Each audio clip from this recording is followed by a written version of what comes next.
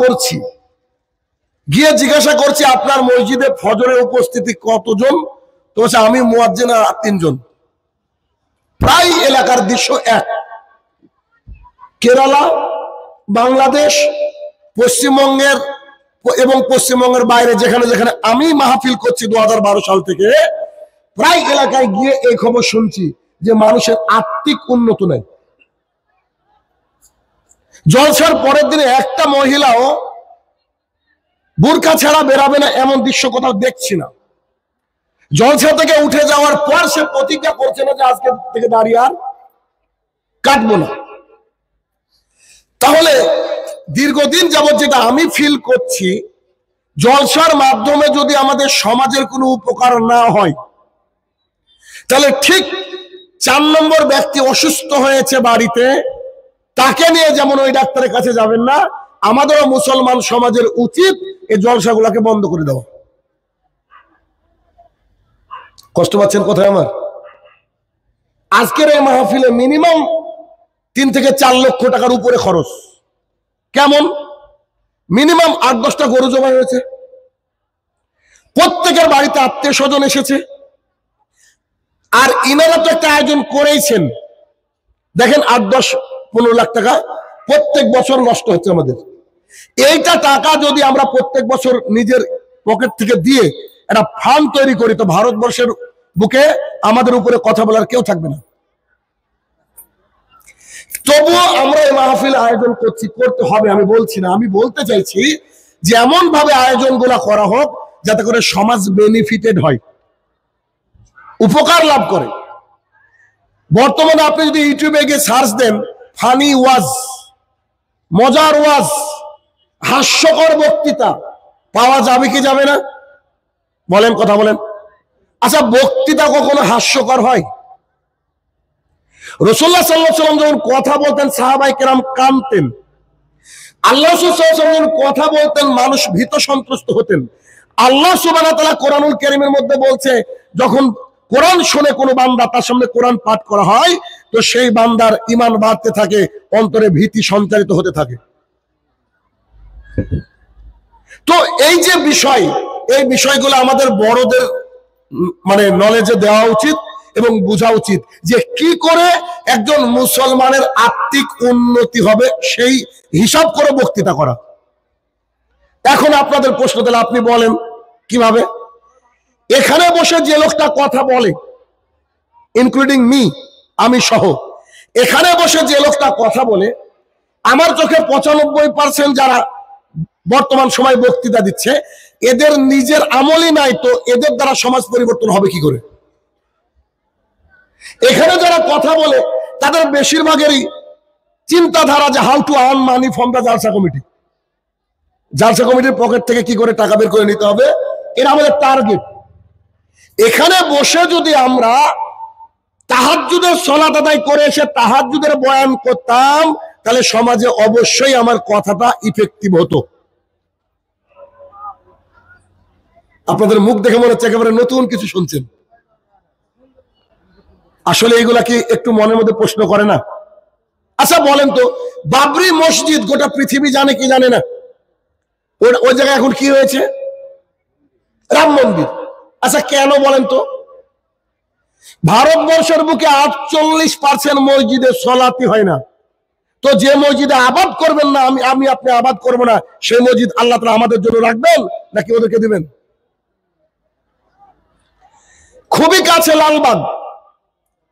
লালবাগ যখন আপনি কাঠগোলা বাগানের মধ্যে ঢুকবেন, মন্দিরের পাশে লেখা আছে জুতো খুলে প্রবেশ করুন। দেখেছেন? মন্দিরের সাইডে লেখা আছে কি? জুতো খুলে প্রবেশ করুন। কাঠগোলা বাগান থেকে একটু বেরিয়ে এক ঐতিহ্যবাহী মসজিদ, কাটরা মসজিদ, ওখানে কি লেখা আছে জুতো খুলে প্রবেশ করুন? কি দিয়ে বোঝাবো আপনাদেরকে? আপনারা বুদ্ধিমান মানুষ, সমাজদার কেলে ইশারা কাফি। যদি বুঝেন তো বুঝতে হবে। আল্লাহ তাআলার ঘরের সাথে আমাদের কানেকশন নেই, আল্লাহ তাআলার ঘরের সাথে আমাদের ভালোবাসা নেই। তো যার সাথে ভালোবাসার কানেকশন দুটাই থাকে না, সে কি ভালোবাসার জিনিস থাকতে পারে? কি থাকতে পারে না। অতএব আলোচনা শুনতে হবে, পরিবর্তন হব এই নিয়তে। আমি যতক্ষণ আলোচনা করব এতক্ষণ আপনাকে মনে করতে হবে যে আজকে যা শুনবো ইনশাআল্লাহ এগুলো আগামী দিনে মেনে চলবো। বলেন ইনশাআল্লাহ। আরেকটু জোরে বলতে হবে ইনশাআল্লাহ। আচ্ছা, অতএব যতটুকু সময় আমাকে দেওয়া হয়েছে মনোযোগ সহকারে শুনেন। আর সভাপতি সাহেব যেটা বললেন যে আজকে আমাকে দ্বিতীয় বক্তা রাখা হয়েছে, এটা যে আমি কি খুশি আপনারা জানেন না। আমি ক্লান্ত, বুঝেন না। আরো আগে দিলে আমি মনে হয় জালসা কমিটিকে হাদিয়া দিতাম 500 ঘুরে, মানে যত তাড়াতাড়ি আমাকে উঠানো হয়। তারপরও যদি সবাই জানে যে শাহিনুর রহমান 12টার পর কথা বলে না, এই জন্য এই অবস্থা, আর কিছু করার নেই। আসেন, গরুর গোস্তের সাথে আপনাকে মুরগির একটা গোস্ত মিশিয়ে দেওয়া হয়েছে।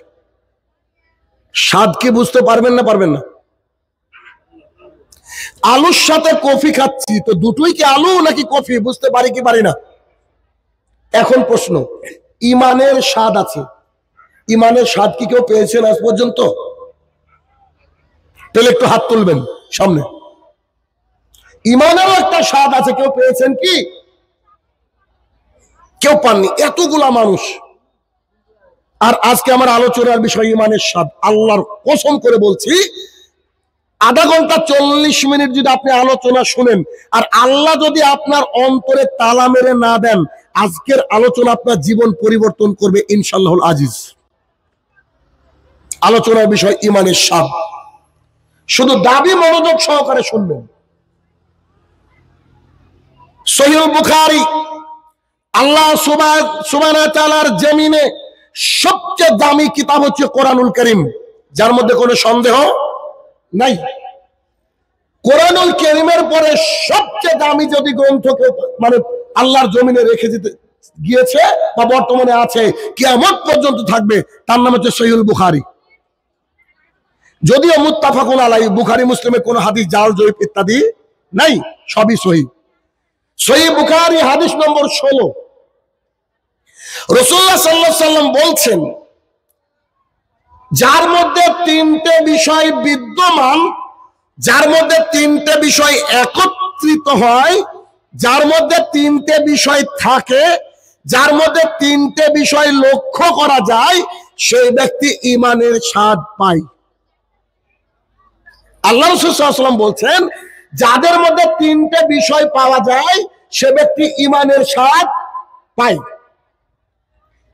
এক, আল্লাহ সুবহানাহু ওয়া তাআলার দুনিয়াতে সবচেয়ে বেশি ভালোবাসে এক আল্লাহ, 2 তার রাসূল সাল্লাল্লাহু আলাইহি সাল্লামকে। এক, ঈমানের স্বাদ পেতে গেলে 3টে জিনিস লাগবে। কটা জিনিস? এক, আল্লাহ তাআলার জমিনে সবচেয়ে দামি, সবচেয়ে বড়, সবচেয়ে প্রথমে যাকে আমরা মেনে নিব, ভালোবাসবো, সে হচ্ছে আল্লাহ সুবহানাহু ওয়া তাআলা এবং তার রাসূল। কেমন? একটু খুলে বলে বুঝতে পারবেন। আপনি সারা রাত্রি জেগেছেন, খুব ঘুম পেয়েছে 3টের পরে, এমত অবস্থায় মুয়াজ্জিন মসজিদ থেকে বলছে, হাইয়া আলাস সালাত, নামাজের দিকে এসো। আপনার কাছে ঘুম তখন পৃথিবীর সর্বশ্রেষ্ঠ জিনিস, ঘুমের উপরে দামি আর কিছু নাই। তখন মুয়াজ্জিন আপনাকে স্মরণ করিয়ে দিচ্ছে, আস-সালাতু খায়রুম মিনান নাওম। শুনে রাখো দুনিয়াবাসী, ঘুম যে তুমি ঘুম পারছো, এই ঘুমের চেয়ে কোটি কোটি বিলিয়ন বিলিয়ন গুণ উত্তম হচ্ছে সালাত। ওই মুহূর্তে আপনি যদি লেপটাকে মুড়িয়ে, কম্বলটাকে মুড়িয়ে, কানটাকে বধির করে দিয়ে নিজের আরামায়েশ করার জন্য ঘুমের মধ্যে নির্লিপ্ত হয়ে যান, আপনি কিয়ামত পর্যন্ত যত ইমানদার হওয়ার চেষ্টা করেন না কেন, আপনি আল্লাহর জমিনে ঈমানের স্বাদ পাবেন না। সারা রাত ক্লান্ত শ্রান্ত, খুব কষ্ট হচ্ছে, সারা রাত জেগে আছেন কোনো কারণবশত, হয়তো স্ত্রী হসপিটালাইজ অথবা সন্তান আইসিইউতে অবস্থা তার ভয়াবহ, সারা রাত জেগে যখন বলছে হাইয়া আলাস সালাহ, আপনি আল্লাহ তাআলার এই হাইয়া আলাস সালাহর ডাককে, অর্থাৎ মুয়াজ্জিনের এই ডাককে আল্লাহর উপরে আল্লাহ সুবহানাহু ওয়া তাআলা ডাক দিয়েছেন বলে, আল্লাহ তাআলার মুয়াজ্জিন ডাক দিয়েছেন বলে আপনি ওখান থেকে মসজিদে গিয়ে সালাত আদায় করবেন, তবেই আপনি আল্লাহ এবং আল্লাহর রাসূলকে ভালোবাসলেন। আপনি একটা ব্যবসা করতে যাবেন, ব্যবসা করতে যাওয়ার আগে বিজনেসম্যানের সাথে পরামর্শ করার আগে আপনাকে পরামর্শ করতে হবে একজন আলেমের কাছে। কেন? আমি এই ব্যবসাটা করতে চাইছি, ব্যবসাটা কি হালাল? আল্লাহ কি পারমিশন দিয়েছে? মুহাম্মদ সাল্লাল্লাহু আলাইহি ওয়াসাল্লাম কি আল্লাহর তরফ থেকে পারমিটেড করেছে? যদি করে থাকে এই ব্যবসাটা আমি করব, নচেত এই ব্যবসা আমি করব না। আল্লাহ এবং আল্লাহর রাসূলকে ফার্স্ট প্রায়োরিটি দিতে হবে। আল্লাহ সুবহানাহু ওয়া তাআলা মুহাম্মদ সাল্লাল্লাহু আলাইহি ওয়াসাল্লামকে বলছেন, তুমি জাতিকে বলে দাও ইফাউল্লাহ, দাড়িটাকে ছেড়ে দিতে হবে। ওয়াসা, দাড়িটাকে ছেড়ে দিতে হবে। ইফাউল্লাহ, ছেড়ে দিতে হবে মানে আপন গতিতে ছেড়ে দিতে হবে। ছেড়ে দিতে হবে মানে আপন গতিতে ছেড়ে দিতে হবে। ছেড়ে দিতে হবে মানে আপন গতিতে ছেড়ে দিতে হবে। চাচাও যাবে না, কাটাও যাবে না, সাইজ করাও যাবে না, না উপর থেকে, না নিচ থেকে, না সাইড থেকে। আল্লাহ রাসূল বলেছেন ইফাউল্লাহ, তোমরা দাড়িটাকে ছেড়ে দাও। ওয়াসুস সারেফ, গোপটাকে ছাটো। যদি কোনো মানুষ এই কথা শোনার পরে তারপরেও দাড়ি সাইজ করে, তারপরে দাড়ি চাচে, তারপরে দাড়ি ছাঁচে, তাহলে সেই ব্যক্তি আল্লাহর জমিনে যতদিন বেঁচে থাকবে ওই ক্যাটাগরিতে আসতে পারবে না। কেন? পৃথিবীর বুকে সবচেয়ে বেশি প্রায়োরিটি কাকে দিতে হবে? আল্লাহ এবং আল্লাহর রাসূলকে। আমি আপনাকে দেখাচ্ছি, আপনি ইমানের স্বাদ পাবেন না কি করে। এখন আপনি এই বক্তৃতা আপনি আপনার গিন্নি অর্থাৎ আপনার স্ত্রীকে আগামীকাল বলবেন, শোনো আমাদের বিয়ে হয়েছে 3 বছর হলো, আমার বয়স বেশি না, 24 বছর বয়স হলো, শাহিনুর রহমান যে কড়া করে কথা বললো, আমি ভাবছি সিদ্ধান্ত নিয়েছি দাড়িকে ছেড়ে দেবো আর গোপকে ছাড়বো। এ কথা আপনি বলে দেখেন, আপনার স্ত্রী এমন কথা বলবে আপনাকে, আপনি বলবেন আচ্ছা ঠিক আছে এখনই সেলুনে যাচ্ছি। আপনি ভালোবাসলেন কাকে বলেন তো? কথা বলেন। স্ত্রীকে ভালোবাসলেন। তাহলে আপনার পৃথিবীর বুকে সবচেয়ে ভালোবাসার যে দুইজন, এক আল্লাহ সুবহানাহু ওয়া তাআলা এবং তার প্রেরিত নবী এবং রাসূল মুহাম্মদ সাল্লাল্লাহু আলাইহি ওয়াসাল্লামকে কি ভালোবাসা হলো? কথা কি বুঝাতে পারছি আমি? আমার কথা বুঝছেন? একটু দেখেন, এলাকা এমন এলাকায় আমরা বসবাস করি যেখানে আমাদের বিভিন্ন তরিকা, বিভিন্ন মাযহাবের লোকজন বসবাস করে তো। আচ্ছা, এখন যখন আমি ইফতারি করছি, একটা খেজুর বিসমিল্লাহ বলে মুখে দিয়েছি, তখন পাশের মসজিদ থেকে বলছে আপনারা তাড়াতাড়ি প্রস্তুতি নেন, এখনো 6 মিনিট বাকি আছে। এ কথা শুনেন না? শুনেন না? বলেন এটা? অনেক মসজিদে বলে, অনেক মসজিদে বলে। এখন আপনি করবেন কি? একটু আবু হুরায়রা রাদিয়াল্লাহু তাআলা আনহু বলেন, রাসূল সাল্লাল্লাহু আলাইহি ওয়াসাল্লাম বলেছেন, আমার উম্মত ততদিন পর্যন্ত কল্যাণের মধ্যে থাকবে যতদিন শেষের দিকে সাহুর করবে, সাহারি খাবে আর তাড়াতাড়ি করে ইফতার করবে। কথাকে বোঝাতে পারছি আমি? আমার উম্মত ততদিন কিসের উপরে থাকবে? কল্যাণের পথে থাকবে। কতদিন? যতদিন তারা একেবারে শেষের দিকে এসে সাহারি করবে আর দ্রুত ইফতার করবে। আর আপনাকে এলাকার লোক বলছে, বেটা সারাদিন রোজা রেখেছো আর 6টা মিনিট সহ্য হয় না পেতে, এখন তুমি খাচ্ছ। আরে সহ্য হয়। এখন যদি আপনাকে বলি, জানি না এলাকার নাম কি, ভুলে গিয়েছি, আমার নেট কানেক্টেড আছে, এখানে মারলে নেট আমাকে অটোমেটিকলি বলে দেবে। যদি এখানে মারি আমি, এটা মোর গ্রাম ভারত, মারলাম চলে আসলো। এখন আজকে ছিল ফজর ছিল 4টা 48, এখানে মাগরিব ছিল 5টা 39। এখন এটা তো আর আমাদের বাবা চালায় না, এটা ডিলারশিপ তো আমাদের কাছে নাই। তার মানে আপনাকে 5টা 39 মানে 39-এ ইফতার করতে হবে। যদি এইটা করতে পারেন তাহলে আপনি আমি কল্যাণের পথে থাকবো বলছেন মুহাম্মদ সাল্লাল্লাহু আলাইহি সাল্লাম। তার মানে আমি বলতে চাইছি, আল্লাহ তাআলার জমিনে সবচেয়ে বেশি প্রায়োরিটি কাকে দিতে হবে বলেন না? আল্লাহ বলে আল্লাহ রাসূল কি রাত্রি 1:30 থেকে বলছে উঠুন ভাত রান্না করুন। কেন?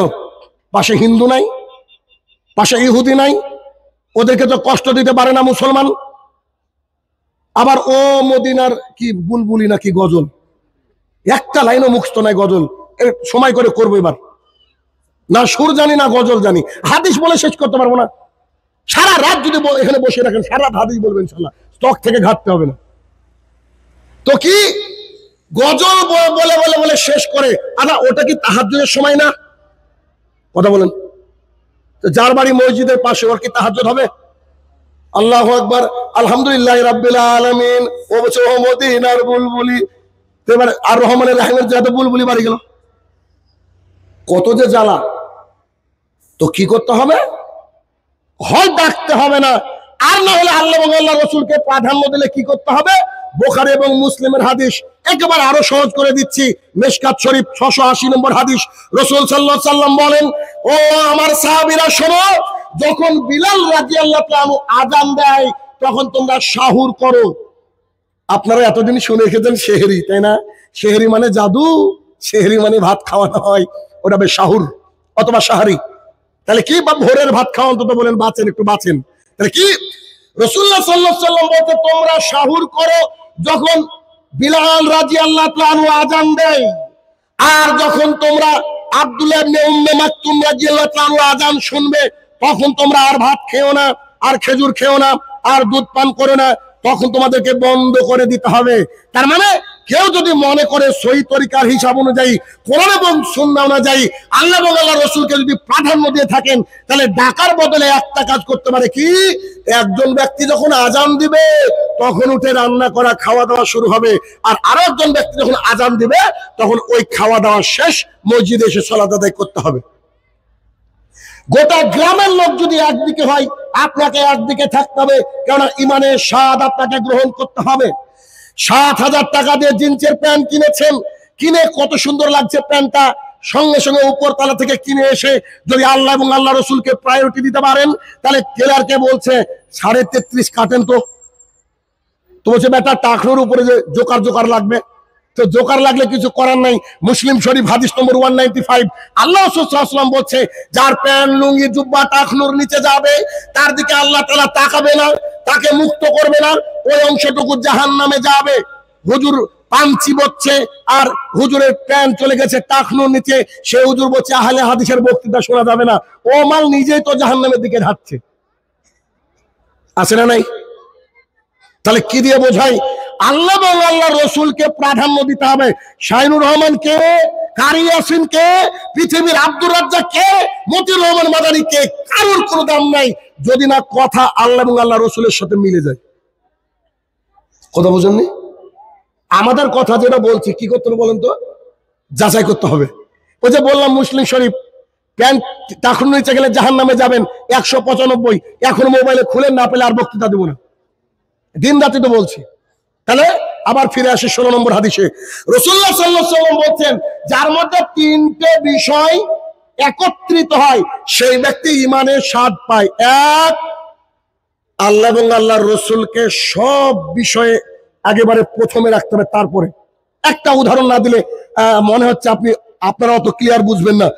একটু দেখেন, আমার স্ত্রী একটা মোবাইল ক্যারি ব্যাগে নিয়ে গিয়ে হারিয়ে ফেলেছে। তো হারিয়ে ফেলেছে তার দাদার বাড়ির সামনে বড় মসজিদ, মসজিদের নাম ছিল সরকারপাড়া জুম্মা মসজিদ। আমি লিখেছিলাম এক সময়, আর্ট করতে পারতাম তো তখন লিখেছিলাম। যখন আমি সৌদি আরব থেকে এসে আমি দাওয়াতের কাজ শুরু করলাম, এখন ওই মসজিদের নাম হচ্ছে সুন্নি, হানাফিয়া, সরকারপাড়া, কি কি আরো আছে, মুশকিল ভাই, অনেক বড় নাম। তো তো যে মসজিদ থেকে আমাদেরকে আমিন বলার কারণে বের করে দিয়েছে, আর কি আমাদেরকে বের করে দিয়েছে, সেই মসজিদের সামনে মোবাইলটা হারিয়ে গেছে। আমাকে অন্য মোবাইল থেকে ফোন করে বলছে মোবাইলটা হারিয়ে গেছে। তা আমি বলছি আল্লাহ, যে ব্যক্তি মোবাইল নিয়েছে তাকে ক্ষমা করো, 1000 টাকা দামের মোবাইল নিয়ে কিয়ামতের মাঠে নেকি নিয়ে দাঁড়িয়ে থাকবে আমার ভাই। কেউ তো নিয়েছে, ভালো কথা। এবার রাত্রিবেলা যখন আমি মশারি টাঙাচ্ছি তখন দেখছি হঠাৎ ওই মসজিদ থেকে বলছে আসসালামু আলাইকুম, শাহিনুর রহমানের একটা মোবাইল হারিয়ে গিয়েছে, যদি আপনারা কেউ পেয়ে থাকেন আমাদের মসজিদে অথবা তার বাড়িতে দিয়ে আসবেন। 3বার ঘোষণা। এরকম ঘোষণা হয় শুনেননি? এমনও মানুষ বলে যে একটা ছাগল হারিয়ে গেছে কালোতে আর ধলোতে। এমনও শোনা যায় বলছে অমুক মোড়লের বিড়ি খাওয়া লাইটার হারিয়ে গেছে। আল্লাহ কি কোরআনে এমনি বলছে নাকি বালহুম আদালেরা পশু, পশুর চেয়ে নিস? যখন এই তিনটে ঘোষণা হয়ে গেল তিনবার, আমি এভাবে বলছি, হে আমার প্রতিপালক, শাহিনুর রহমান যেন তার মোবাইলটা না পায়। আমি বলছি। তো আমার স্ত্রী তখন জানতো না হাদিস, তখন আমাকে বলছে, আরে বোকা, এটা তো তোমার মোবাইলের কথা বলছে, তুমি আমার উল্টেবার বদদুয়া করছো কেন? আমি বললাম, আবু দাউদ, নাসাই, তিরমিজি, এখান থেকে আমি শাহিনুর রহমান 13 খানা হাদিস জানি। রাসূলুল্লাহ সাল্লাল্লাহু আলাইহি ওয়াসাল্লাম বলছে, মসজিদ থেকে কেউ যদি কোনো কিছু হারানো সংবাদ প্রচার করে, তার জন্য বদদুয়া করো। আমি যে আল্লাহ আল্লাহ রসুলকে ভালোবাসি, যদি ওটা আমার বাপের মোবাইল হতো তাও বদদুয়া হতো, নরেন্দ্র মোদী হলো তো ছাড় নাই। কথা আমরা বোঝাতে পারছি না? কিসের আমি শাহিনুর রহমান? আল্লাহ এবং আল্লাহ রসুল যা বলেছেন আমাকে তাই করতে হবে, তাছাড়া পৃথিবীর বুকে থেকে ঈমানের স্বাদ পাওয়া যাবে না। দেখেন, আপনি কিয়ামত পর্যন্ত দাঁড়িয়ে চাচ্ছেন দিয়ে বলেন যে আমি ঈমানের স্বাদ পেয়েছি, পাবেন না, অসম্ভব, অসম্ভব। তাহলে কি 1 নম্বর পজিশনে রাখতে হবে আল্লাহ এবং আল্লাহ রসুলকে। 2, একে অপরকে ভালোবাসতে হবে শুধুমাত্র আল্লাহ সুবহানাহু ওয়া তাআলার জন্য। আমি আমার আব্বাকে ভালোবাসি কেন? সে আমাকে ইনকাম করে খাওয়ায়। আমি আমার মাকে ভালোবাসি কেন? আমার মা আমাকে তার পেটে ধারণ করেছিল, 2 বছর দুধ পান করিয়েছিল, দিন রাত আমি হাঁটতে পারতাম না, বারবার পড়ে যেতাম, আমাকে আমার কলিজার টুকরা আম্মা তুলে নিয়ে সুন্দর করে হাঁটা শিখিয়েছে, তার সাথে আমার সম্পর্ক রয়েছে। আমি আমার ভাইকে ভালোবাসবো কেন? আমার মা বাবার শরীরে রক্ত একই, তাই। কিন্তু এই যে আপনারা বসে আছেন, আপনারা আমাকে ভালোবাসেন, আমি আপনাদেরকে ভালোবাসি, বলেন তো এই ভালোবাসার মধ্যে কি কোনো রক্তের সম্পর্ক আছে? লেনদেন, ভাগ বাটোয়ারা, এই যে বাবা সন্তানের সম্পর্ক কেন থেকে জমির ভাগ, এগুলো কি আছে? তারপরে একে অপরকে ভালোবাসি কেন? আল্লাহ সুবহানাহু ওয়া তাআলার জন্য। এখানের মানুষ 98% মানুষ হয়তো আব্দুর রাজ্জাক বিন ইউসুফকে স্বচক্ষে দেখেননি, কিন্তু তাকে ভালোবাসেন এমন লোকই নাই। ভুল বললাম? মতিউর রহমান মাদানী হাফেজাহুল্লাহর মতো মানুষকে দেখেননি, তবুও ভালোবাসেন কেন? এরা যে আল্লাহর তরফ থেকে ভালোবাসা, দিনের ভালোবাসা। তার মানে আমি বোঝাতে চাইছি যে পৃথিবীতে যদি ঈমানের স্বাদ পেতে চান, 1, আল্লাহ এবং আল্লাহ রসুলকে আগে ভালোবাসতে হবে, প্রায়োরিটি দিতে হবে, সব কাজে রাখতে হবে। 2, একে অপরকে ভালোবাসতে হবে শুধুমাত্র কার জন্য? আল্লাহ সুবহানাহু ওয়া তাআলার জন্য। 3, আমি যদি আগুনে ঝাঁপ দিয়ে দিই, আমার কাছে যেটা ঘৃণিত ব্যাপার, আগুনে ঝাঁপ দিলে পুড়ে মরে যাব, এই যে ঘৃণিত ব্যাপার, আমি যে দ্বীন ইসলাম গ্রহণ করেছি, আমি যে মুসলমান, আমাকে যদি কেউ বলে তোমাকে কাফের হয়ে যেতে হবে, কুফরি করতে হবে, আগুনে ঝাঁপ দেওয়াও আমার ওই জায়গায় ভালো লাগবে, কুফরিতে ফিরে যাওয়া আমার দ্বারা সম্ভব নয়।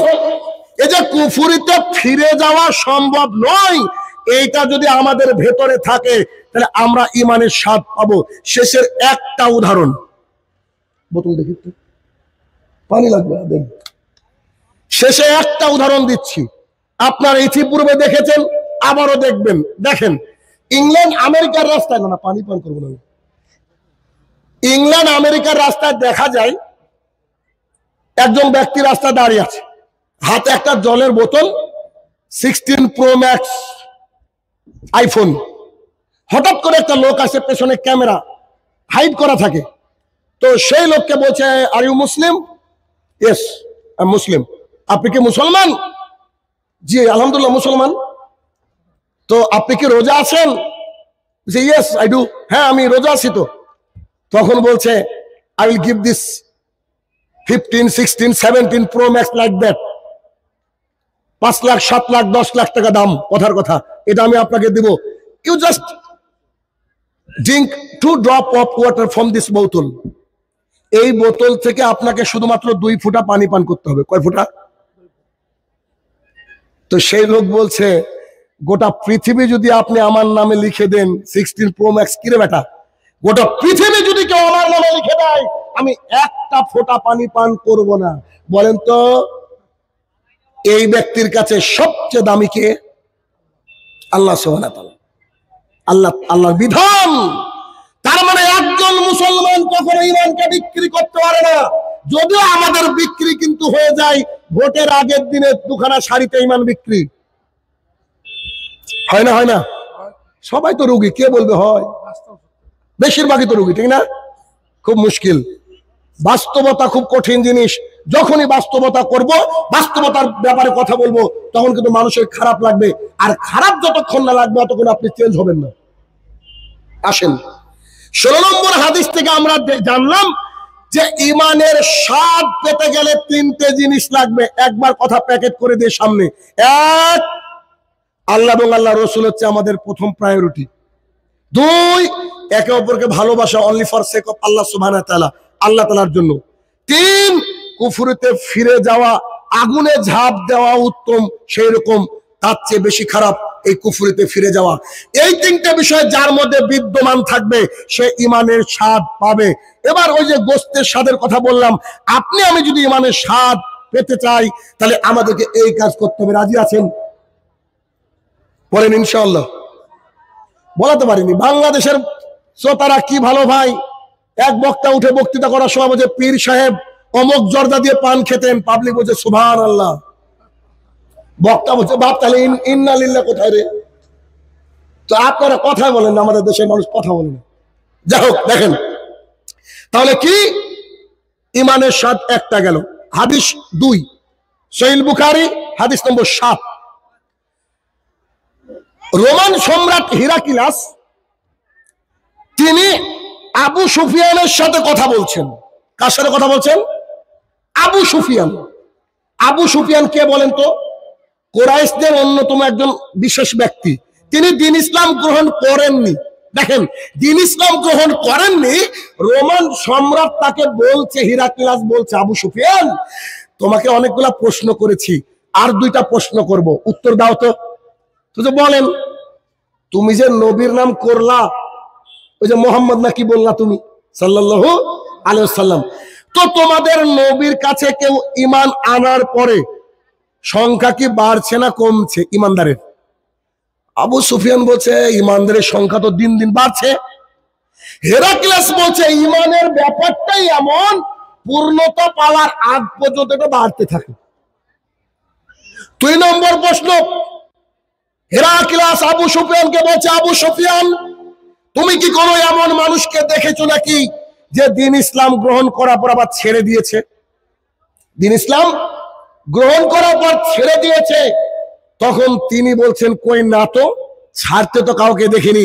তখন তিনি বলছেন যে ব্যক্তি একবার ঈমানের স্বাদ পেয়ে যাবে, যে ব্যক্তি একবার ঈমানের স্বাদ পেয়ে যাবে, সেই ব্যক্তির সামনে গোটা দুনিয়াও তুচ্ছ মনে হবে। কি দিয়ে বুঝাবো আপনাদেরকে?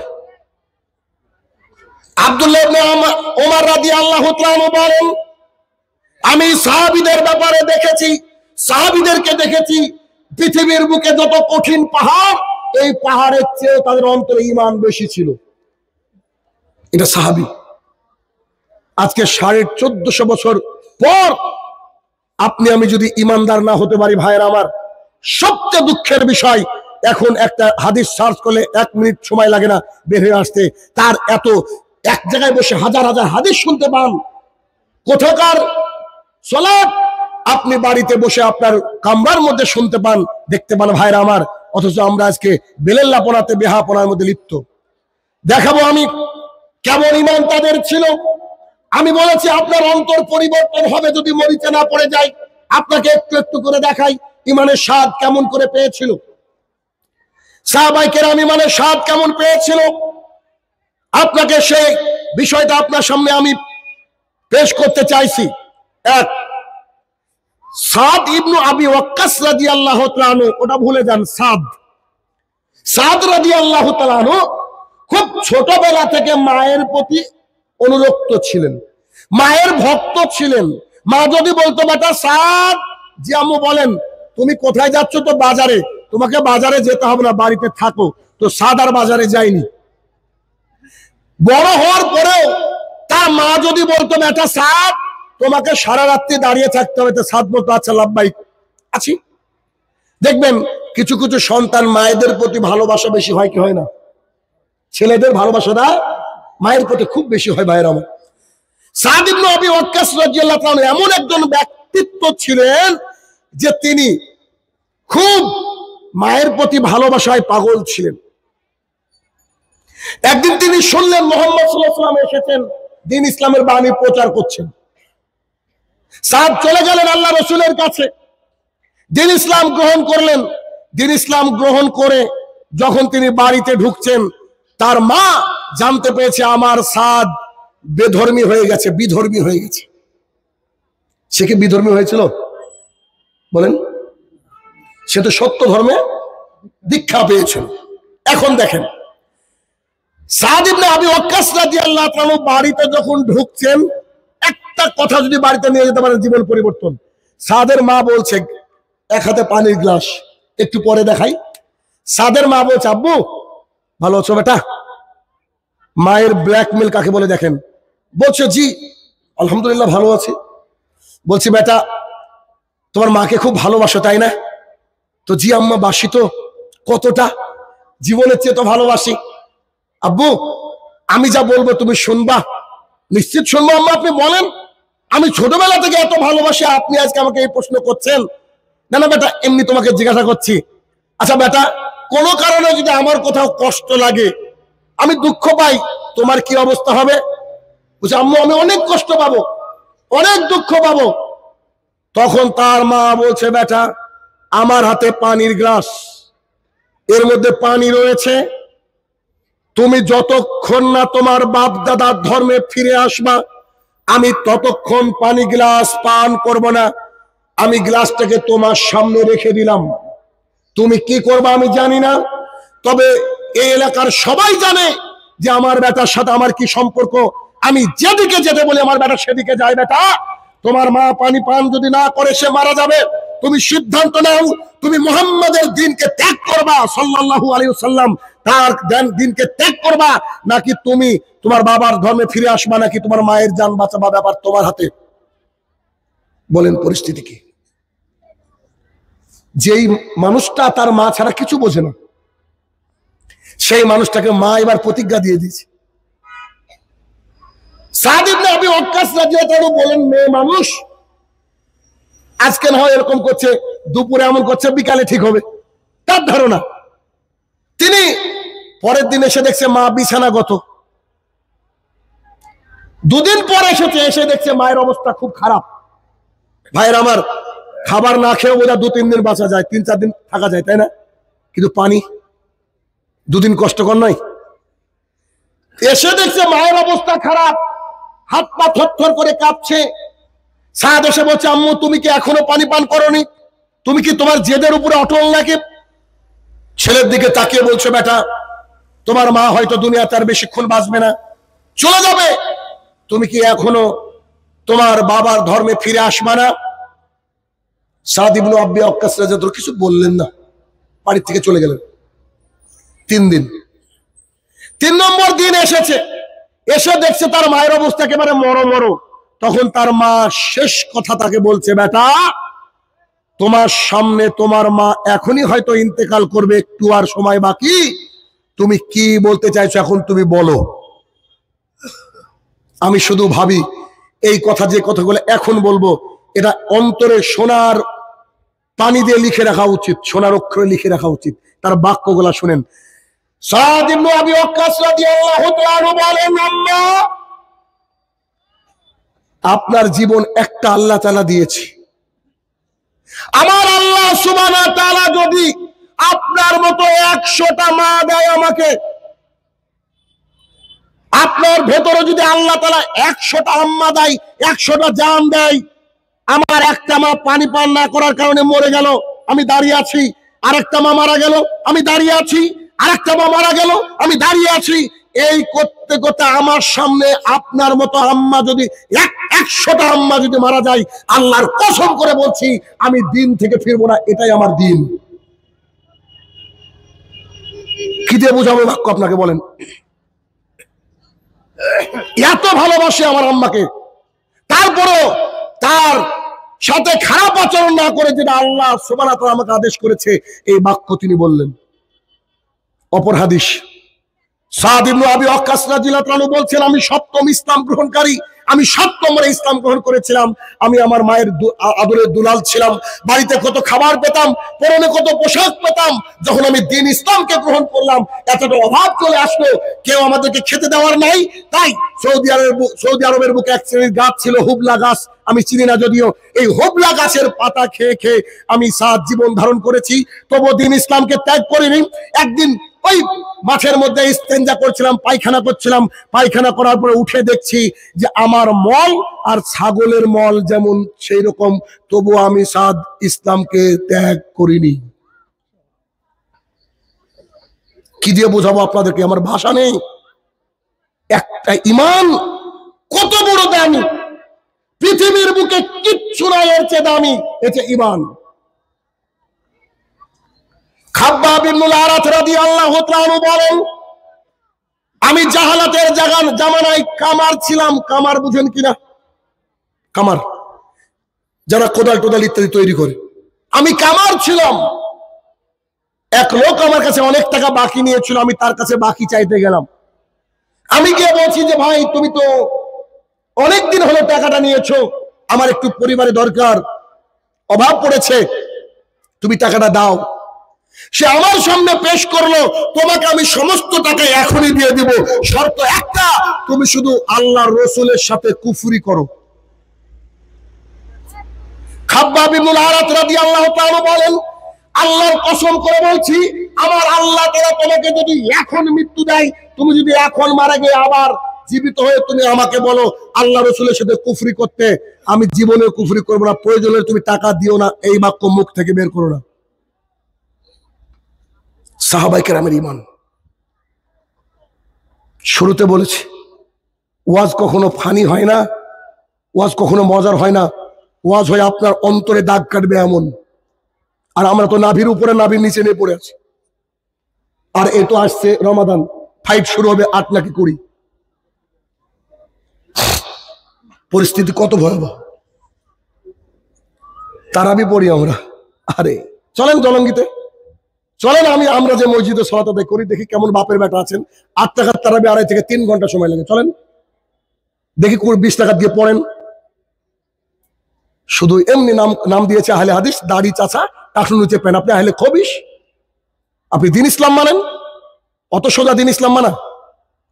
8 নাকি 20 নিয়ে ঝামেলা। আল্লাহ রাসূল সাল্লাল্লাহু আলাইহি ওয়াসাল্লামের সবচেয়ে কাছের মানুষ আম্মা জান আয়েশা রাদিয়াল্লাহু আনহা বলছেন, আল্লাহ রাসূল যখন দাঁড়িয়ে থাকতেন পা গুলা ফুলে যেত এমনি।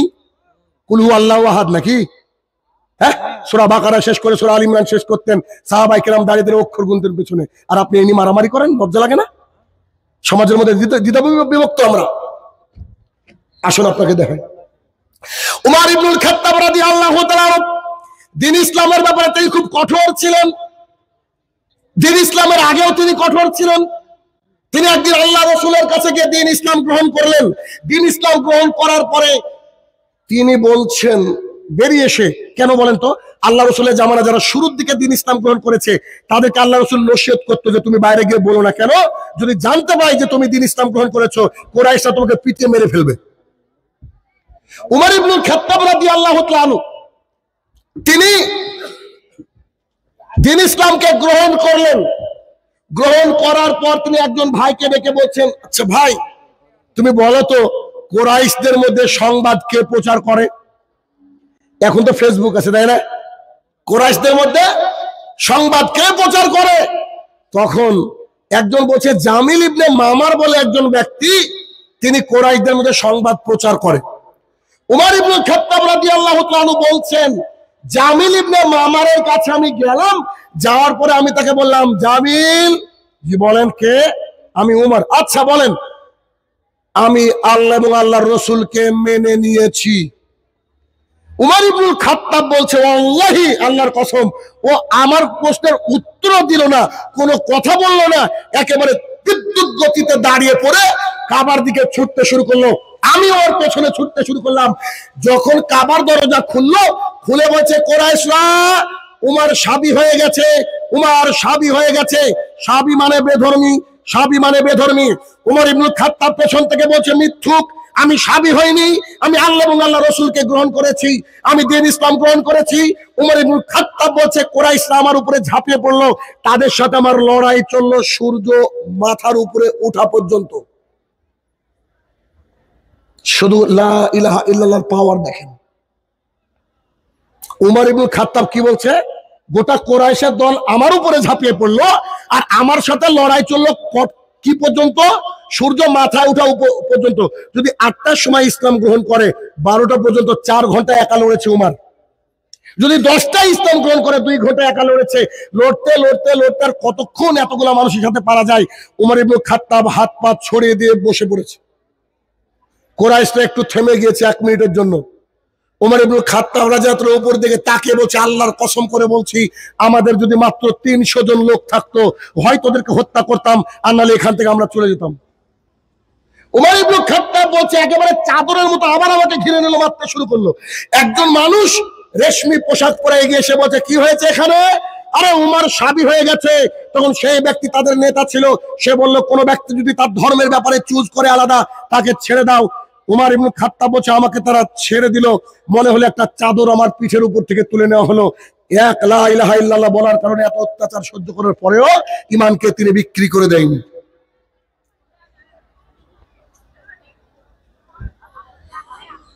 ইয়াসির রাদিয়াল্লাহু তাআলা আনহু,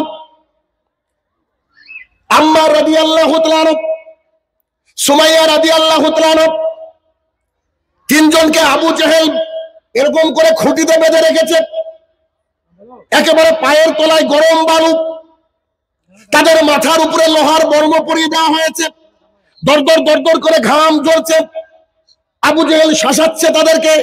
রাসূল সাল্লাল্লাহু আলাইহি ওয়াসাল্লামের ম্যান পাওয়ার ছিল না, তার পাওয়ার ছিল আল্লাহ সুবহানাহু ওয়া তাআলার। আল্লাহ রাসূল সাল্লাল্লাহু আলাইহি ওয়াসাল্লাম যখন ওই রাস্তা দিয়ে যাচ্ছে, তাদের চাহনি, তাদের এই তাকানো যেন অনেক প্রশ্ন করছিল আল্লাহ রসুলকে।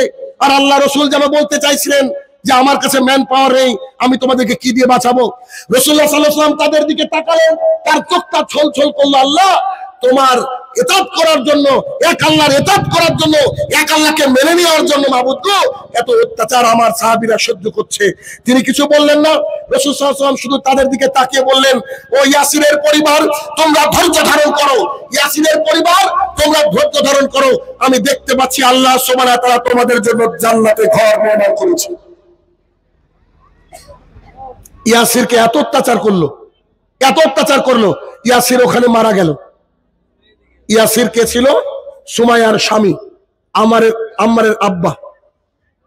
জোয়ান ছেলে বাধা আছে, স্ত্রী এখানে বাধা আছে, স্বামীকে হত্যা করে দেওয়া হলো। এরপরে আবু জেহেল উতবা সাহেব এসে বলছে, বল তোর অবস্থা কি? তখন তিনি বলছেন, আমি এক আল্লাহর প্রতি ঈমান এনেছি, আমার নবী মুহাম্মদ সাল্লাল্লাহু আলাইহি সাল্লাম।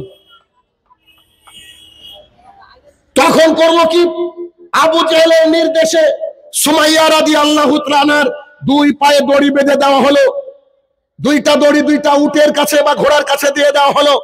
2টা উট বা ঘোড়া 2 দিকে চালনা করা হলো, মিডিল দিয়ে ফেরে ফেলা হলো।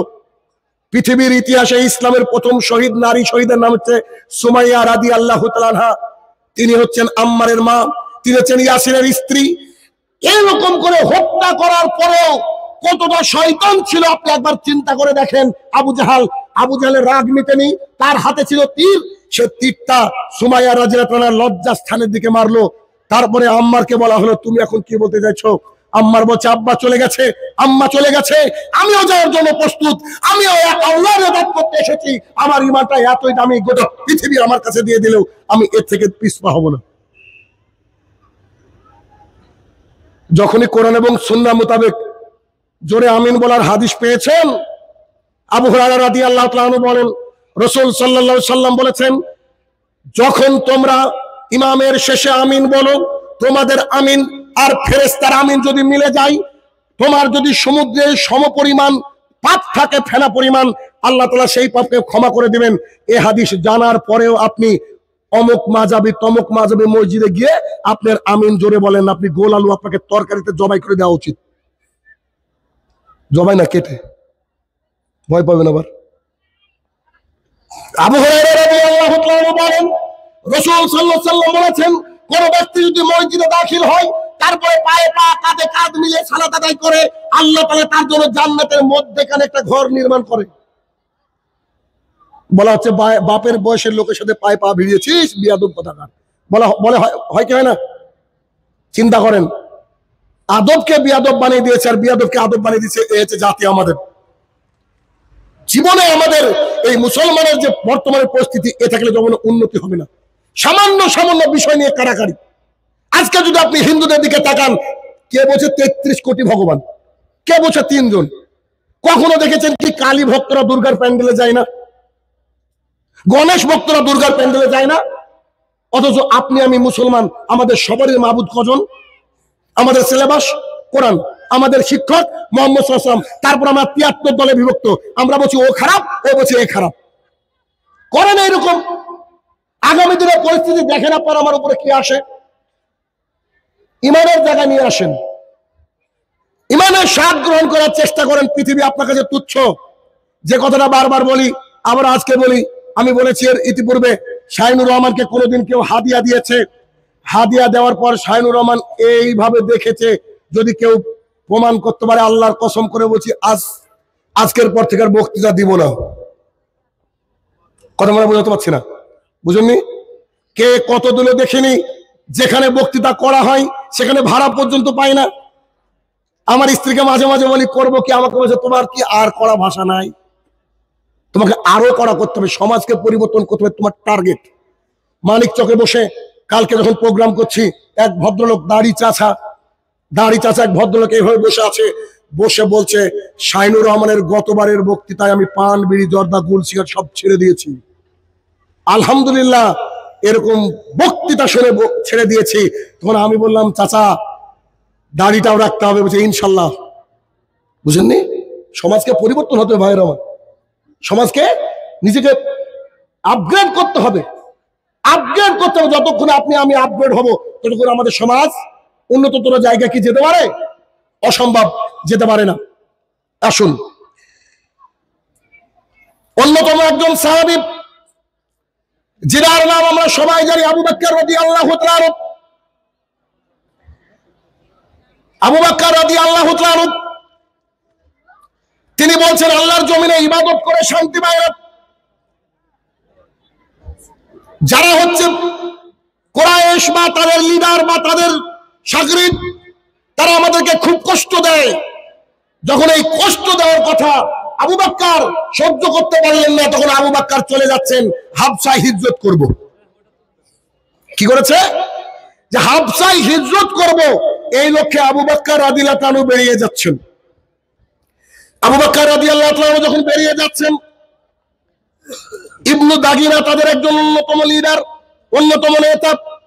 ইবনু দাগিনা বলছে আবু বকর কোথায় যাচ্ছ? আবু বকর বলছে মক্কাবাসী আমাকে বের করে দিচ্ছে, আমাকে ইবাদত ঠিকঠাক করতে দেয় না। আবু বকর রাদিয়াল্লাহু তাআলা বেরিয়ে যাচ্ছেন, আর একজন অমুসলমান মানুষ লিডার, তার নাম হচ্ছে ইবনু দাগিনা।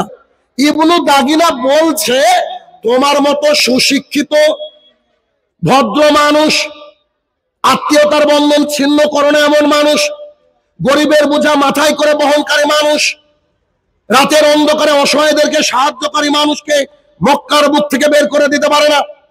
যখন এই কথা বললেন, আবু বকর বলছে ইবাদত করতে দিচ্ছে না, করব কি?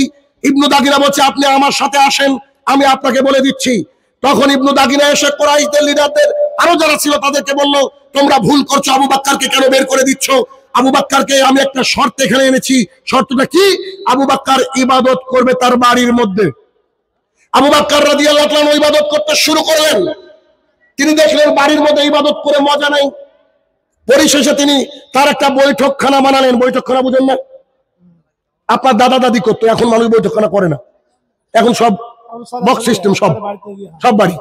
তো বৈঠকখানা তিনি তৈরি করলেন, সেখানে ইবাদত করতে লাগলেন, কোরআন তেলাওয়াত করতে লাগলেন। মক্কার কুরাইশরা যারা ছিল বেদিন বেঈমান, তারা এসে আবু বকর রাদিয়াল্লাহু তাআলা কোরআন তেলাওয়াত মন্ত্রমুগ্ধের মতো শুনতেন। তখন ইবনু দাগিনাকে তাদের ডাকা হলো। ডাকার পরে বলছে আপনি বলেছিলেন জিম্মেদারি নেবেন। আবু বকর আবার কোরআন তেলাওয়াত করছে, প্রকাশ্যে আবার ইবাদত করছে। বুঝে তোমাদের সমস্যাটা কি? বুঝে কোরআন তেলাওয়াত করলে আমাদের সন্তান সন্ততিরা কি হয়? ফিতনায় পড়ে যায়। কোরআন কি ফিতনায় ফেলে মানুষকে? আসলে এটা আল্লাহ সুবহানাহু ওয়া তাআলার কালাম, আর আল্লাহ তাআলার কালাম যে অন্তর দিয়ে শুনবে তার ঈমানটা আপগ্রেড হবে, যেটা শুরুতে বলেছিলাম। কথা বুঝাতে পেরেছি? যেটা শুরুতে বলেছিলাম। অতএব আবু বকর রাদিয়াল্লাহু তাআলাকে বলা হলো, তাহলে আপনি কি করবেন? আপনার উপরে জিম্মেদারি তুলে নেব নাকি আপনি কি ত্যাগ করবেন? তখন আবু বকর বলল, আমি আল্লাহর ইবাদত ওইখানে করতে চাই যেখানে আমাকে কেউ কোনো কষ্ট দিবে না, তবুও আমি আমার ঈমান থেকে এক পা পিছনে হটবো না। দিস ইজ দা ঈমান। এই হচ্ছে কি ঈমান। আর আপনার আমার ঈমান বিক্রি হয় ভোটের আগের রাতে একটা শাড়ির বিনিময়ে। মুসলমান, আপনাদের মসজিদ বাবরি না, ওরা রাম মন্দির হয়েছে, সামনের দিন এই মন্দিরের নিচেও শিবলিঙ্গ পাওয়া যাবে। টেনশন করিয়েন না, টেনশন করিয়েন না। যতক্ষণ না আমরা আল্লাহ সুবহানাহু ওয়া তাআলার সাথে কানেক্টেড হব, মসজিদকে আবাদ করব, অতক্ষণ পর্যন্ত মুসলমানদের কোনো উন্নতি হবে না, হবে না, হবে না। কেন? 313 জন যুদ্ধে জয়লাভ করা সম্ভব? সম্ভব কেন করেছিল? আল্লাহর সাথে কানেক্টেড ছিল। কোনো কিছু হলেই তারা সালাতে দাঁড়িয়ে যেতেন, আল্লাহকে বলতেন, হে আমার প্রতিপালক, আপনার কালেমার পতাকাকে বুলন্দ করার জন্য আমরা চেষ্টা করছি, আল্লাহ তুমি আমাদেরকে সাহায্য করো। আল্লাহ তাআলা সাহায্য করেননি? ওই আল্লাহকে ট্রান্সফার হয়েছে নাকি? ওই যে আল্লাহ সাহায্য করেছেন মুসাকে, ট্রান্সফার? ওই আল্লাহ আছে না? ওই আল্লাহ আছে, কিন্তু ইমানদার লোকের বড়ই অভাব, ইমানদার লোকের বড়ই অভাব। অতএব ভাইয়ের আমার, যতটুকু সময় আপনাদের সামনে পেলাম, আলহামদুলিল্লাহ, এটা যথেষ্ট। এই সময়টুকুর মধ্যে আপনাকে 4 থেকে 5 জনের ইমানের হালাত আমি বয়ান করলাম। এই ইমানের হালাতগুলো যদি বাড়ি থেকে বালিশে মাথা রেখে একজনেরও ইমানের হালাত নিয়ে ভাবেন, যদি সবগুলাকে ভুলে যান, আরেকটা মনে করে দিচ্ছি, সাদ ইবনু আবি ওয়াক্কাস রাদিয়াল্লাহু তাআলা তার মায়ের সাথে কথোপকথন, বিশ্বাস করেন আপনাকে ফজরে ঘুমাতে দিবে না। অতএব হে আমার প্রতিপালক, আমার ভাইয়েরা, আমার মায়েরা যেন সাহাবায়ে কেরামের মতো ঈমান নিয়ে মারা যেতে পারে, আল্লাহ তুমি সেই তৌফিক আদা করো, আল্লাহুম্মা আমিন। আমরা যে দিনরাত তাদেরকে এত কষ্ট করে আমাদের বক্তৃতাগুলো তাদের অন্তরে দেওয়ার চেষ্টা করছি, আল্লাহ গো, তাদের অন্তরকে তুমি প্রশস্ততা দান করো, আল্লাহুম্মা আমিন। হে আমার প্রতিপালক, কবরের তলে যারা শায়িত, জানি না কি হালে রয়েছে, তারা যদি খুব খারাপ অবস্থায় থাকে, মাবুদ তুমি ক্ষমা করনেওয়ালা, তাকে তুমি ক্ষমা দান করো, আল্লাহুম্মা আমিন। হে আমার প্রতিপালক, আমরা যারা অন্তরটা অন্তঃশ্বর শূন্য হয়ে গেছে, আমাদের অন্তরের মধ্যে আল্লাহ এবং আল্লাহ রসুলের প্রতি যে ভালোবাসা যেটা থাকার দরকার এটা নাই, সাহাবায়ে কেরামের যেমন করেছিল, আল্লাহ ওরকম ভালোবাসা রাখার তৌফিক আদা করো, আল্লাহুম্মা আমিন। হে আমার প্রতিপালক, আমরা যেন দ্বীন ইসলাম প্রচার করতে পারি, তত অনুযায়ী আমল করতে পারি, আল্লাহ তুমি সেই তৌফিক আদা করো, আল্লাহুম্মা আমিন। আসসালামু আলাইকুম ওয়া রাহমাতুল্লাহি।